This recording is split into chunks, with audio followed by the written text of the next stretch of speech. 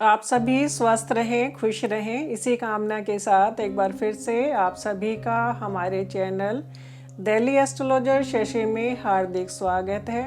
यदि अभी तक आपने हमारा चैनल सब्सक्राइब नहीं किया है तो हमारे चैनल को सब्सक्राइब करें, क्योंकि अपने चैनल पर हम नई नई वीडियो लाते रहेंगे और आप लोगों का ज्ञानवर्धन करते रहेंगे।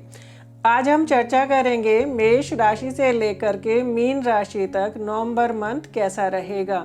इसमें हम देखेंगे हेल्थ, वेल्थ, एजुकेशन, करियर, जिसमें जॉब और बिजनेस को लेकर के चलेंगे। तो आइए सबसे पहले हम एक नज़र डालते हैं मेष राशि वालों का नवंबर मंथ कैसा रहेगा। सबसे पहले ग्रह स्थिति पर नज़र डालते हैं। मेष राशि मून साइन से हम लेकर के चल रहे हैं, तो चंद्रमा को हम लग्न में ही लेकर के चलेंगे। लग्न में चंद्रमा, दूसरे भाव में राहु, छठे भाव में नीच राशि के शुक्र हैं, जो कि 16 नवंबर को अपनी तुला राशि में स्थित हो जाएंगे। सातवें घर में नीच राशि के सूर्य हैं, जो कि 16 नवंबर को वृश्चिक राशि में स्थित हो जाएंगे, तथा सातवें घर में बुध भी हैं, जो 28 नवंबर को वृश्चिक राशि में स्थित हो जाएंगे। नवे भाव में गुरु हैं, जो 20 नवंबर को अपनी नीच राशि में मकर राशि में स्थित हो जाएंगे। 10वें घर में शनि अपनी ही राशि में स्थित हैं और 12वें घर में मंगल स्थित है। तो सबसे पहले हम हेल्थ पर नज़र डालते हैं, क्योंकि हेल्थ इज वेल्थ। और नवंबर मंथ में सूर्य नीच राशि के भी चल रहे हैं। सूर्य को इम्यूनिटी के लिए देखा जाता है, और वैसे भी इस समय पर कोविड-19 का भी प्रकोप चल ही रहा है। दूसरा, पॉल्यूशन भी इतना ज़्यादा है, तो कहीं ना कहीं हेल्थ से संबंधित नवंबर मंथ में जो हार्ट पेशेंट होते हैं या अस्थमा वाले होते हैं, तो उनको ज़्यादा प्रॉब्लम आती है। उसका कारण यही होता है कि इस मंथ में सूर्य नीच राशि के होते हैं। सूर्य को हार्ट के लिए देखा जाता है और इम्यूनिटी के लिए भी देखा जाता है। तो एक नज़र डालते हैं मेष राशि वालों का इस मंथ हेल्थ कैसी रहेगी। सबसे पहले जो भी मेष राशि वाले यदि हार्ट पेशेंट है या शुगर, बीपी से पीड़ित हैं, तो उन लोगों को इस मंथ में अपना ध्यान रख कर के चलना चाहिए, क्योंकि हार्ट के कारक सूर्य आपके नीच राशि में चल रहे हैं और राशिश वक्री होकर के आपके 12वें भाव में स्थित है, जो 14 नवंबर को मार्गी हो जाएंगे। छठे भाव में नीच राशि के शुक्र हैं। शुक्र को शुगर के लिए देखा जाता है और मंगल को ब्लड के लिए देखा जाता है। तो मंगल और शुक्र का समसप्तक योग बन रहा है। तो जो भी जातक बीपी, शुगर और हार्ट से यदि पीड़ित हैं, तो उनको सावधानी बरतनी चाहिए, क्योंकि जितनी हम सावधानी बरतते हैं उतना ही बीमारी से कहीं ना कहीं हमारा बचाव हो जाता है। ज़्यादा टेंशन लेने की आवश्यकता नहीं है। ये इसलिए बताया जा रहा है कि कई बार वैसे भी नवंबर मंथ में इतने सारे त्यौहार है, भाग दौड़ भी बढ़ जाती है और कहीं ना कहीं हम अपने हेल्थ के लिए लापरवाही बरत जाते हैं। तो दिवाली का भी उत्सव मनाइएगा, लेकिन साथ साथ अपने हेल्थ का भी ध्यान रख करके चलिएगा। अब देखते हैं कि नवंबर मंथ वेल्थ के लिए कैसा रहेगा। तो सबसे पहले वेल्थ के लिए सेकंड हाउस देखा जाता है। सेकंड हाउस में उच्च के राहु है, धन देते हैं, लेकिन जब भी राहु की प्रवृत्ति देखी जाए तो भ्रमित भी कराते हैं। और सेकंड हाउस हमारा कुटुंब के लिए होता है, तो धन आएगा, लेकिन धन के साथ साथ में खर्च भी होगा। और इस मंथ जब हम धन की बात करें तो धनेश शुक्र छठे घर में नीच राशि के होकर के स्थित है, मंगल देख रहे हैं, तो खर्चों की थोड़ी सी अधिकता रहेगी। धन तो आएगा, लेकिन खर्चों की अधिकता रहेगी। वैसे भी त्यौहार है, त्यौहार पर खर्च होते ही हैं, लेकिन राहु का इतना ज़्यादा, राहु से भ्रमित होकर के अनावश्यक खर्च से बचे, क्योंकि जब भी छठे और दूसरे घर का संबंध बन जाता है तो इस समय पर जातक कहीं ना कहीं लोन उठाने के लिए मजबूर हो जाता है। पांचवा और नवा घर भी धन के लिए देखा जाता है। तो इस समय पर पंचमेश सूर्य नीच राशि के होकर के स्थित हैं और नवमेश बृहस्पति अपनी ही राशि में स्थित होकर के 5वें भाव को देख रहे हैं। तो व्यापार वगैरह से धन लाभ का भी संकेत हमें मिल रहा है। चर्चा करते हैं एजुकेशन के लिए। एजुकेशन के लिए 5वां ही घर देखा जाता है। 5वें घर के स्वामी आपके 7वें घर में स्थित है। जब भी 5वें और 7वें भाव का संबंध हो जाता है तो कई बार जहाँ तक पढ़ाई में अपना कम माइंड कंसंट्रेट करता है और दोस्ती में कहीं ना कहीं ज़्यादा माइंड कंसंट्रेट हो जाता है। आपके राशिश मंगल वैसे भी वक्री चल रहे हैं, 12वें घर में स्थित है। 12वें घर का जब भी संबंध हो जाता है तो यात्राओं के योग बन जाते हैं। तो कई बार हम पढ़ाई में इतना ज़्यादा माइंड कंसंट्रेट नहीं कर पाते हैं, घूमने फिरने पर हमारा कहीं ना कहीं ज़्यादा माइंड कंसंट्रेट हो जाता है, क्योंकि 12वें घर से मंगल आपके तीसरे घर को भी देख रहे हैं और तीसरा घर भी यात्राओं के लिए ही देखा जाता है। तो तीसरे घर के स्वामी आपके बुध 7वें घर में स्थित हैं। 7वां घर भी यात्राओं के लिए होता है।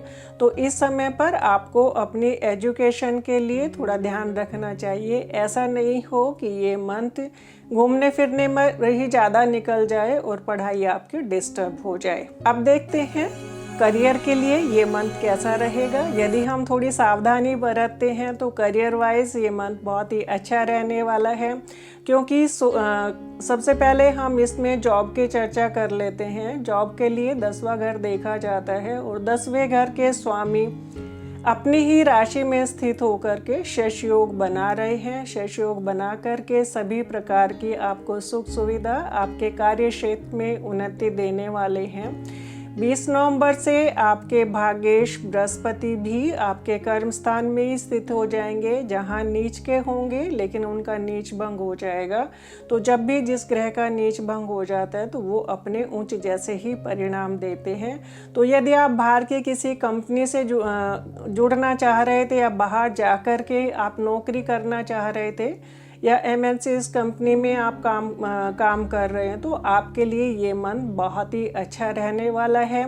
जिन जातकों के पास अभी तक नौकरी नहीं थी, क्योंकि कई बार जब भी राशिश वक्री चलता है तो हमें भागदौड़ थोड़ी ज़्यादा कराता है और उसके परिणाम इतने नहीं मिल पाते हैं। तो यदि आपने कहीं पर इंटरव्यू दे रखा है और उसके यदि रिजल्ट अभी तक नहीं मिल पाए हैं तो आप खुश हो जाइएगा, क्योंकि 14 नवंबर को जैसे ही मंगल आपके मार्गी होंगे तो मार्गी होते ही मंगल आपको प्रोग्रेस देने वाले भी रहेंगे।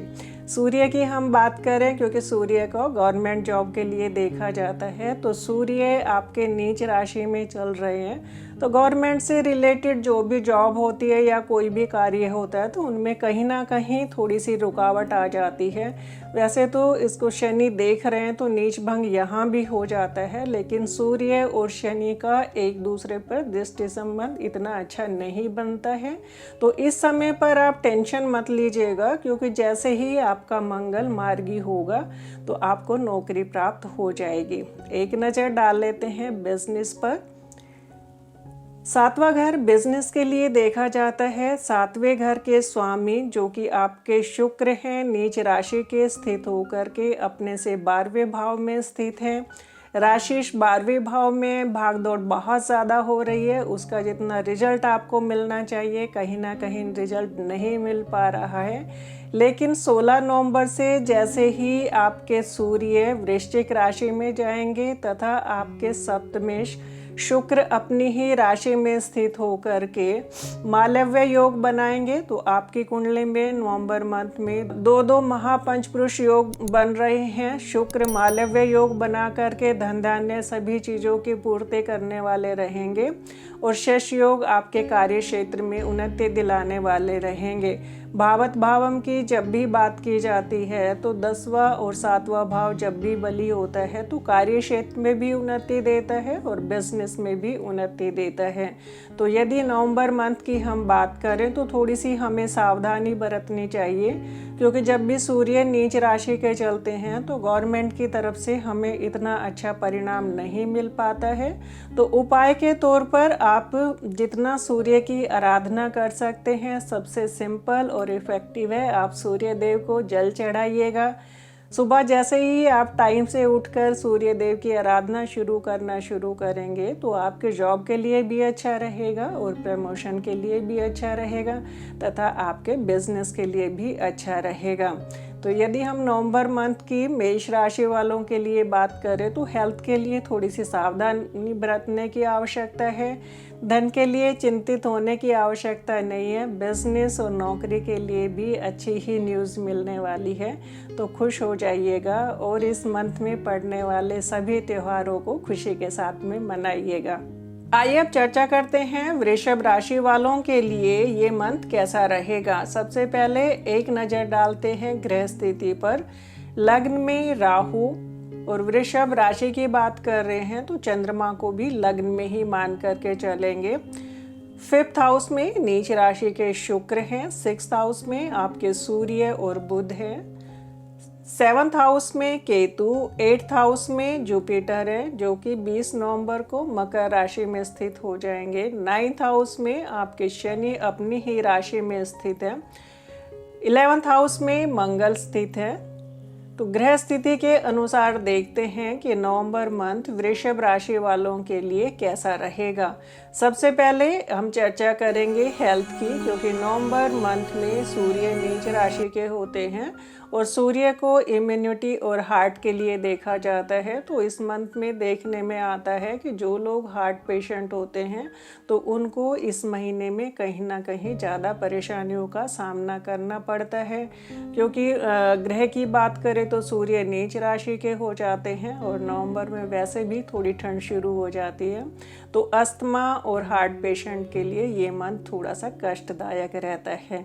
अब पर्टिकुलर बात कर लेते हैं कि वृषभ राशि वालों को किस चीज़ का ध्यान रखना चाहिए। वृश्चिक राशि वालों का सूर्य छठे घर में नीच राशि में स्थित है, बुध के साथ में है। सूर्य को हार्ट के लिए देखा जाता है और बुध को स्किन के लिए देखा जाता है। 11वें घर से मंगल देख रहे हैं। मंगल ब्लड के कारक भी होते हैं, तो इस समय पर स्किन डिसीज बढ़ सकती है। जो हार्ट पेशेंट है उनको सावधानी बरतनी चाहिए। टेंशन ज़्यादा नहीं बनानी है, क्योंकि कोई भी योग जब बताए जाते हैं तो वो चंद्र राशि के अनुसार, गोचर के अनुसार बताए जाते हैं। पूरे परिणाम मिलने के लिए हमें जन्म कुंडली, दशा और कुंडली में बनने वाले योग की भी आवश्यकता होती है, बट सावधानी बरत लेनी चाहिए। सावधानी बरतने में हमारा ही हित होता है। चर्चा कर लेते हैं वेल्थ के लिए ये मंथ कैसा रहेगा। सबसे पहले वेल्थ की जब भी बात की जाती है तो दूसरा, 5वां, 9वां और 11वां भाव देखा जाता है। इनके जितने सुंदर कॉम्बिनेशन बनते हैं, जितना इनका अच्छा संबंध बनता है, उतना ही धन के लिए ये अच्छा रहता है। 2nd हाउस की जब हम बात करें, बुध छठे घर में स्थित हो गए। जब भी दूसरे और छठे घर का संबंध बनता है तो छठा घर ऋण वगैरह के लिए देखा जाता है। तो इस समय पर खर्चों पर थोड़ी सी कटौती करें, क्योंकि आपका मंगल 12वें भाव के लॉर्ड होकर के 11वें भाव में स्थित है। वैसे तो खर्चों में कमी कराता है, लेकिन जब भी 12वें भाव से संबंध हो जाता है तो कहीं ना कहीं थोड़े से हमारे खर्च भी बढ़ जाते हैं। नवंबर मंथ में वैसे भी काफ़ी त्यौहार है और त्यौहार पर हम कितना भी चाहे खर्च हमारा बढ़ ही जाता है, लेकिन समझदारी इसी में होती है कि हम सोच समझ कर खर्च करें, क्योंकि लग्न का जब भी राहु होता है तो वो कई बार हमें भ्रमित करा देता है और आवश्यकता से अधिक हम खर्च कर जाते हैं। खर्च पर थोड़ा सा संयम बरत करके चलें। एक नज़र डालते हैं कि एजुकेशन के लिए कैसा रहेगा। एजुकेशन के लिए 5वें भाव, भाव के स्वामी और कारक को देखा जाता है। तो कारक बृहस्पति जो कि नैसर्गिक शुभ ग्रह भी हैं और एजुकेशन के लिए भी देखे जाते हैं। तो 20 नवंबर से बृहस्पति आपके मकर राशि में स्थित हो जाएंगे। मकर राशि में नीच राशि में स्थित होंगे, लेकिन नीच भंग हो जाएगा। नीच भंग होने के कारण बृहस्पति तीनों ही त्रिकोणों को एक्टिवेट करेंगे। तो यदि हम एजुकेशन पर थोड़ा सा भी ध्यान देते, क्योंकि जब भी 5वें छठे घर का संबंध बन जाता है तो कहीं ना कहीं पढ़ाई में माइंड कॉन्सेंट्रेट नहीं हो पाता है। वैसे भी मंगल देख रहे हैं 5वें घर को भी और 5वें घर के स्वामी को भी। मंगल 12वें घर के स्वामी होने के कारण यात्राओं का ज़्यादा योग बन जाता है और कहीं ना कहीं हम घूमने फिरने में अपनी पढ़ाई का नुकसान कर जाते हैं। तो यदि हम थोड़ी सावधानी बरतेंगे तो टेंशन लेने की आवश्यकता नहीं है, और घूमने फिरने पर यदि हम ज़्यादा टाइम स्पेंड करेंगे तो फिर एजुकेशन के लिए ये मंथ अच्छा नहीं कहा जा सकता। एक नज़र डालते हैं करियर वाइज ये मंथ कैसा रहेगा। करियर की जब भी बात की जाती है तो सबसे पहले हम इसमें नौकरी को देख लेते हैं। नौकरी के लिए 10वां घर देखा जाता है। नौकरी के लिए ये मंथ बहुत ही अच्छा रहने वाला है, क्योंकि 10वें भाव के स्वामी शनि अपनी ही राशि में स्थित है, भाग्य भाव में स्थित है, भाग्य का साथ मिल रहा है और 11वें भाव को भी दृष्टि प्रदान कर रही है। और 11वें भाव के स्वामी बृहस्पति 20 नवंबर से मकर राशि में ही स्थित हो जाएंगे। तो इस समय पर 9वें, 10वें और 11वें भाव का बहुत ही सुंदर योग बन रहा है। तो इस प्रकार से जब भी इनका आपस में दृष्टि, युति या स्थिति संबंध बनता है तो ये नौकरी के लिए बहुत अच्छा रहता है, क्योंकि बृहस्पति आपके जो कि लाभेश है, भाग्य भाव में स्थित होकर के आपकी राशि को और 5वें भाव से भी दृष्टि संबंध बनाएंगे और 5वां भाव धन के लिए भी देखा जाता है। तो धन के लिए और नौकरी के लिए ये समय अच्छा रहेगा। जिन जातकों के पास यदि नौकरी नहीं है और वो नौकरी प्राप्ति के लिए प्रयासरत थे और अभी तक यदि नौकरी नहीं मिल पा रही तो जैसे ही बृहस्पति का नीच भंग होकर के मकर राशि में स्थित होगा, आपके लाभेश होंगे तो नौकरी मिलने के भी योग बनाएंगे। एक नज़र डाल लेते हैं ये मंथ बिजनेस के लिए कैसा रहेगा। बिजनेस के लिए 7वां घर देखा जाता है। 7वें घर में केतु स्थित है और 7वें भाव के स्वामी मंगल आपके लाभ भाव में स्थित है। लाभ भाव में स्थित होकर के बिजनेस से लाभ के योग बनाता है और 11वें भाव में स्थित होकर के आपके दूसरे भाव को देख रहे हैं। दूसरा भाव धन के लिए देखा जाता है और 5वां भाव भी धन के लिए देखा जाता है। तो आपके 7वें भाव के स्वामी मंगल का दूसरे और 5वें भाव से संबंध होना व्यापार के लिए बहुत ही सुंदर योग बनाता है, क्योंकि इस समय पर आपके भाग्य का भी आपको साथ मिलेगा, क्योंकि शनि महाराज अपनी ही राशि में स्थित होकर के मंगल को दृष्टि प्रदान भी कर रहे हैं। तो इस तरीके से जब भी योग बनता है तो ये बहुत ही सुंदर योग बनता है। व्यापार के लिए अच्छा है, नौकरी के लिए अच्छा है। स्वास्थ्य का थोड़ा ध्यान रख करके चले। थोड़ा सा यदि हम इसमें नेगेटिव लेकर के चले तो जो स्टूडेंट हैं उनके लिए ये मंथ थोड़ा ठीक नहीं है, वो भी उनकी लापरवाही के कारण ही। अगर वो थोड़ा सा भी अपना माइंड कॉन्सेंट्रेट करते हैं घूमने फिरने की बजाय, यदि अपना पढ़ाई को टाइम देते हैं तो उनके लिए भी ये समय अच्छा रहेगा। कुल मिलाकर के यदि हम प्रेडिक्ट करें तो नवंबर मंथ वृषभ राशि वालों के लिए बहुत ही अच्छा रहने वाला है, क्योंकि इसमें ग्रह स्थिति भी काफ़ी चेंज हो रही है।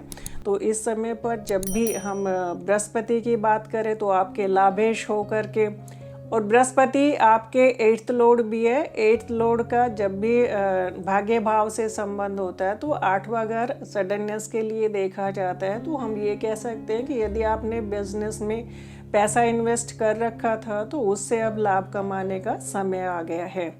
यदि आपको हमारी ये वीडियो पसंद आई हो तो लाइक करें, शेयर करें, कमेंट्स करें। Thank you.